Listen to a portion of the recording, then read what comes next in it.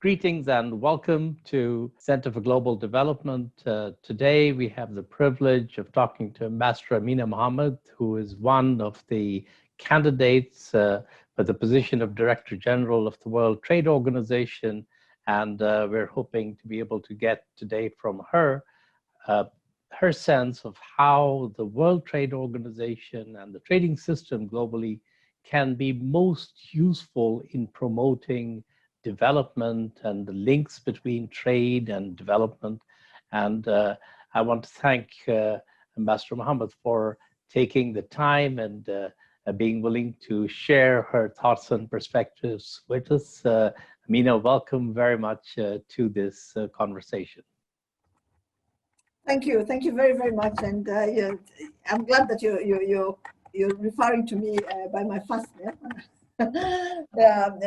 So I think that we should just use that. Masood, Amina, and Amanda, and Amelia, and Mac. Let's get on with that, exactly. And I think I also want to make sure that our conversation, in a way, gets right into it and is as useful in the short time we have as possible.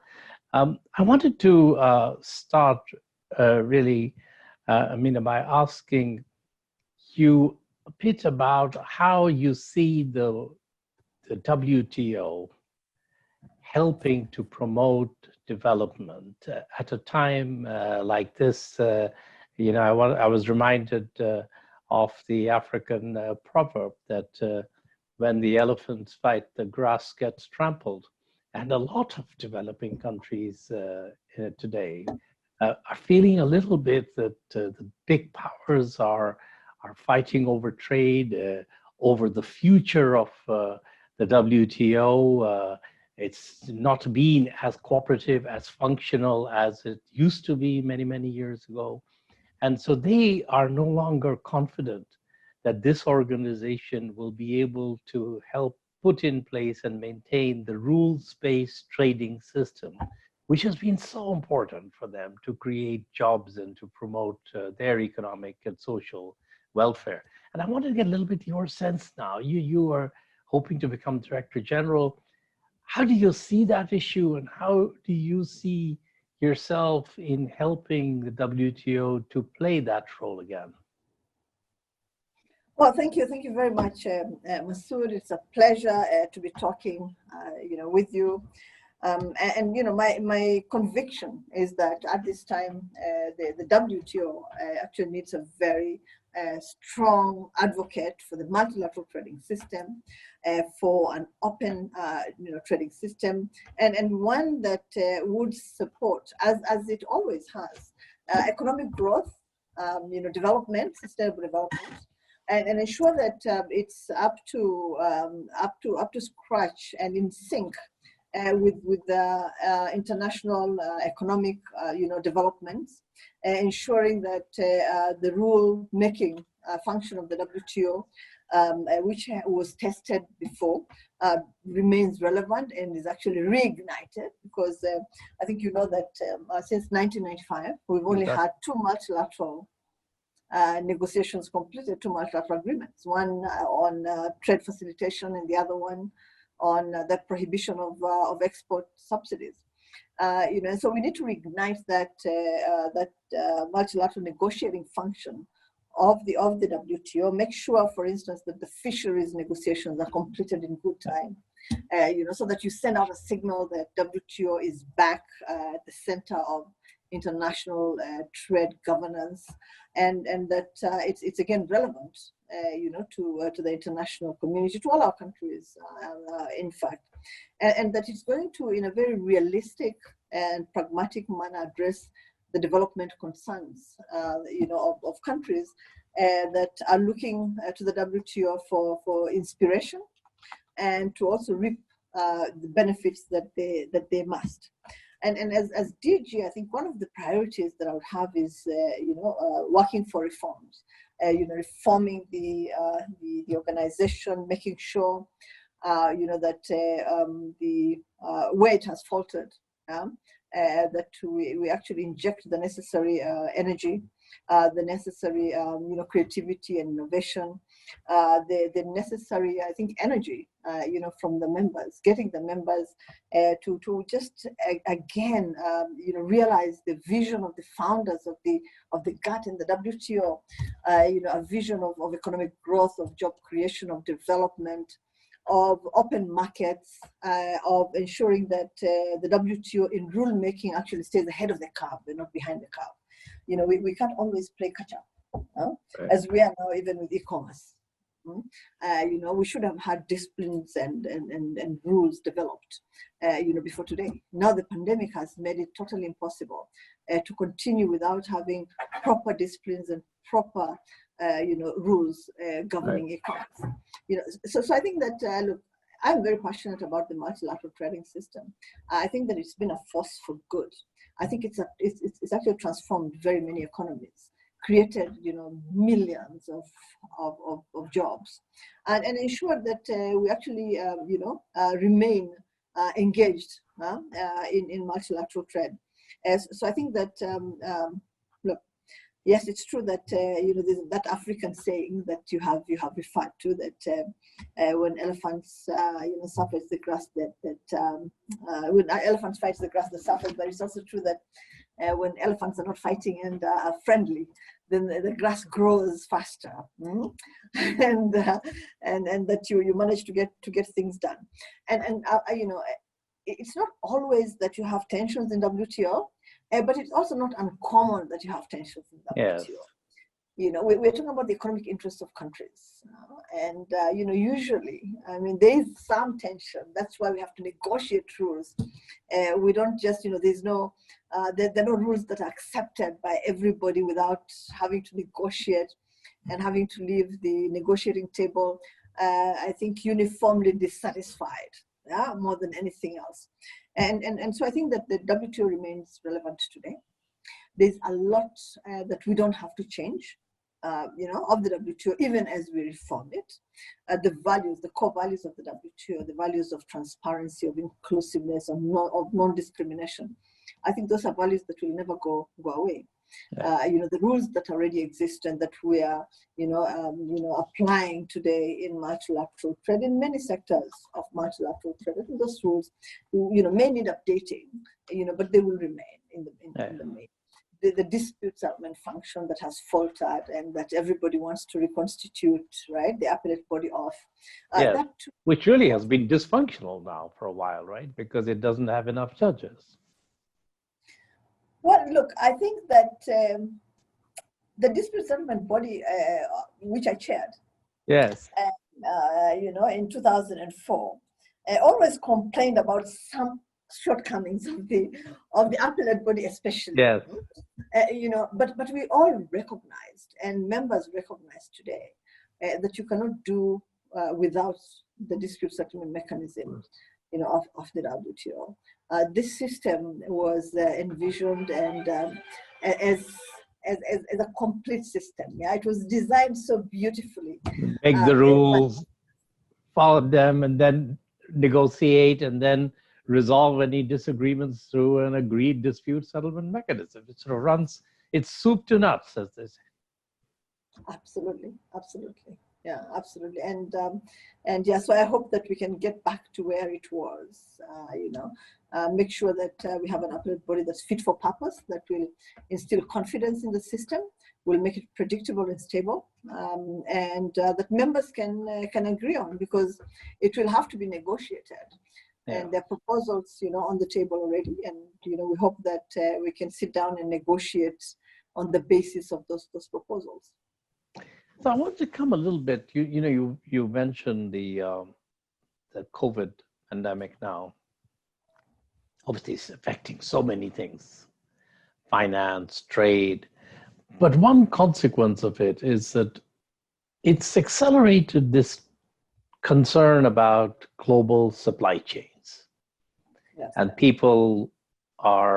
many countries are now worried about how much of their quote unquote essential needs, commodities, goods are met through some long and complex supply chain. And instead of thinking about just-in-time delivery, they're all thinking about sort of, just in case, and then building resilience into their systems. And one consequence of that, or one manifestation of that, is the sense that you need to bring your production as much as possible within your own borders. And so it's sort of a nationalization of global production. And of course, that's one way to think about it. Maybe it's the right way for some things, but for many, many things, actually, you might argue that diversification of supply chains is probably a better alternative than just trying to bring everything within your own borders. It's just not a practical or economically sensible way to go about it. And developing countries are getting quite concerned about this, because sometimes they are part of those supply chains, and much of their future planning for their own growth was to become more and more connected with those international supply chains. That's how they saw their economic and industrial diversification and growth themselves. How do you think the WTO can help people to think about the supply chain rationalization and thinking more about developing countries in that prospect? Well, I think that the truth is that COVID-19 is likely to trigger the most severe economic contraction since the Great Depression. And no country will be in a position to deal with it, on its own. History has also taught us that stifling trade through protectionist, measures and reactions makes this depression last longer and cut deeper.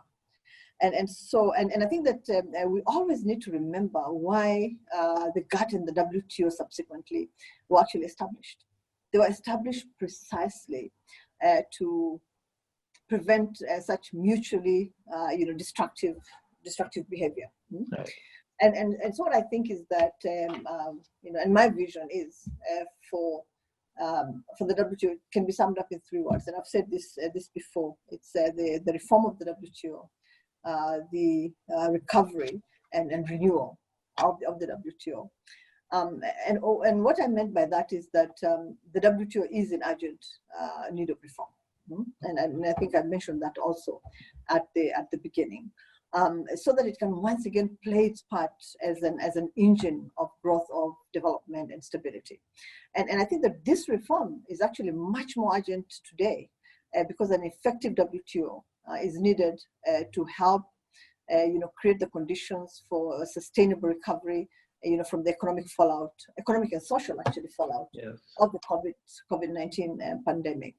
And looking further ahead, the WTO needs to renew its capacity to renegotiate and to develop new rules, renegotiate old rules, make them a bit stronger, maybe deal with any new issues that need to be taken under the umbrella of the old rules, but also develop new rules and new disciplines for the challenges of today, of the pandemic, and of the very near future. And most urgently is a need for credible and effective WTO trade disciplines to ensure that access to life-saving medicines and medical technology, that access is not endangered in any way. This will be much more acute, I think, when a COVID vaccine is actually developed. Yes. So I think that first of all, that I'm uniquely placed to deal with that eventuality if it arises, because of what I did for the TRIPS agreement and the amendment that I negotiated, and it was very interesting negotiating that amendment. Because it was actually triggered by just the suffering that I saw on the continent, on the African continent. I was ambassador to WTO and came home, and I had a brother who worked in Uganda, and I went to visit Uganda, and I saw devastation and destruction, of human lives, and came to Kenya and did the same. And then, my interest got triggered, and I moved across countries in the region, and was totally shocked at just how the future was being threatened, and that we actually risked, losing everything because we were going to lose the most important part of our population. the future of the continent, actually. So I went back. I mean, some And, countries, 1 in 3 people in that age group were just being lost, you know, it was just disaster. Absolutely, yeah. Yeah, so I went back and I just went to look for the waiver that we had negotiated in Doha in 2001, and started negotiating the amendment to the TRIPS agreement, because I realized that the waiver was not going to do it, that we needed to make sure that this was actually entrenched in the treaty itself. Allowing countries with the no manufacturing capacity to be able to compulsory license and parallel import. Yeah, and so really that's what we did, and the results are there for everybody to see. And I remember the speech that I made in the General Council then, basically saying that, and at the end of the day, it was the US and Kenya that negotiated that amendment to the TRIPS agreement. And I remember just telling the General Council that night I would be able to sleep, because for the first time, African mothers would be able maybe to see their children through kindergarten, maybe even high school, maybe university, and see them get married and have children. At least that possibility, that window had been opened up. And I think that maybe as we move forward, there's going to be really great need for the WTO, to become and to be made an effective backstop against protectionist responses to COVID-19. One of the things I think that the WTO can do and must do is to make sure that countries that erect barriers are encouraged to bring them down. Members are actually encouraged to put in place trade facilitative measures, so that the disruption that the supply chains have suffered, right, can be dealt with quickly, and that these supply chains can recover, because we actually have to have them recover.